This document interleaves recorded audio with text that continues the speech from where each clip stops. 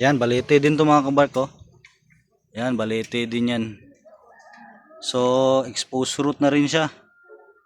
Hi mga kabark, welcome back po sa ating channel. Ako po si Balnabel Villarmino at ito ang Barkada PH. Sa video po na ito mga kabark ay gusto ko lang po i-share sa inyo ang isa po sa pinagkakabalahan ko.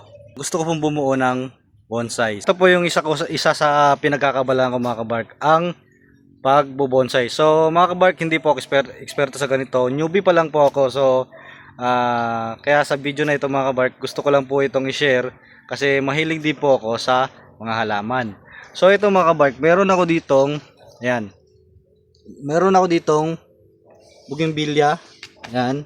Bougainvillea, isa sa mga materyales ko. So galing to sa itinapon to, so ni-rescue lang natin. At ito ay balete mga kabark. At meron din tayong ito. Hindi natin alam kung ano pangalan nito mga kabark. So tingnan nyo na lang mga kabark. Ayan, hindi ko alam kung ano yung pangalan nito. Nakalimutan ko. Nakita ko na rin ito mga kabark sa ibang nagbablog ng bonsai. Ayan. So plano natin itong i-bonsai mga kabark, pero nagano tayo dito, nagmarkot tayo dito. Ayan. Meron tayong minarkot kasi gusto nating magpadami ng ganito. At kaya natin din minarkot to.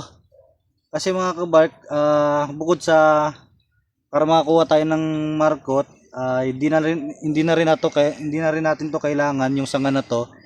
Ayan, ito. Hindi na natin kailangan yung sanga na to, tsaka yung sanga dito. Kaya gusto ko lang siya buhayin kasi ang hirap buhayin niya pag sa cuttings lang. Nahirapan ako buhayin siya. So ayan mga kabark, ito yung trunk niya. Ayan. At nandito rin yung ibang mga kabark. Pakita ko sa inyo mga kabark yung iba ko pang mga materyales para sa bonsai na ginagawa ko. So ito siya mga kabark. Ayan. Ito. Isa to sa mga materyales ko. Hindi ko rin alam yung pangalan niya mga kabark, pero kung alam niyo yung pangalan nito mga kabark, ayan. Kung alam niyo yung pangalan niya, kung anong tawag sa halaman na to, ay paki-comment na lang mga kabark para malaman ko rin. Ito is balete pa rin to mga kabark. At ito ay ayan, hiningi ko lang dun sa pamangkin ko. Kasi tinatagpas lang nila dun sa So sayang naman kaya ni-rescue natin.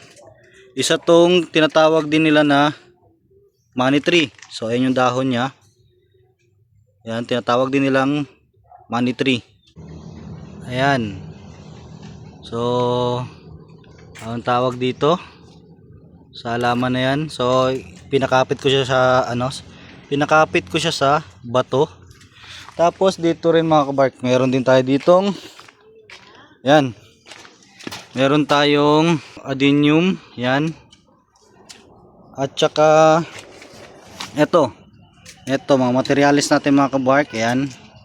Ayun yung mga materials natin. Ito meron tayo ditong tinatawag to sa amin na agbaw, pero ano to siya mga kabark, argaw dagat. Yan, argaw dagat. So meron na rin siyang forma mga kabark, yung trunk niya. Yan, exposed root. Tinatawag na exposed root. At ito, hindi ko rin alam yung tawag dito mga kabark. Pero ni-rescue ko lang din to kasi wala na ring may-ari. Ni-rescue natin. Meron tayong bougainvillea. Yan. Sinilong muna natin kasi pinapaugat pa natin. Yan. At ito, meron tayo ditong hibiscus. Ito, materialis din natin mga kabark. Ano yan? Ficus nana. Bougainvillea pa rin mga kabark. Hiningi lang natin sa isa rin sa mga kaibigan natin. So hiningi natin yan. At ito, ang pinaka kung saan nagsisimula mag-practice ang mga newbie kagaya ko. Etong balete. Ayan, balete yan mga kabark. So 2 taon na sa akin to mga kabark. Ayan. So nakikita nyo naman.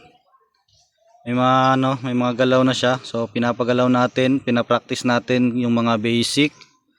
At syempre ito mga kabark, ayan meron din tayong isa pa rin siyang balete. balete. Yan, balete din to mga kabark, oh. Yan, balete din yan. So, exposed root na rin siya. Yan, exposed root. At meron tayo ditong, yan, ano yan, ficus na yan. So ayun mga kabark, yan yung mga yung mga ibang pinagkakabalan natin. At bago natin pinagkakabalan mga kabark, ang paggawa ng bonsai. So gusto ko rin makabuo ng bonsai mga kabark. Kasi mga kabark, so ang ganda kasi niya tingnan. Gusto ko malaman kung ano ba talaga yung pakiramdam na makabuo ng isang finish bonsai. So yun lang mga kabark, maraming salamat po sa panonood. At kung mahilig po kayo sa mga content na ganito, please like and subscribe. Hanggang sa muli and peace out!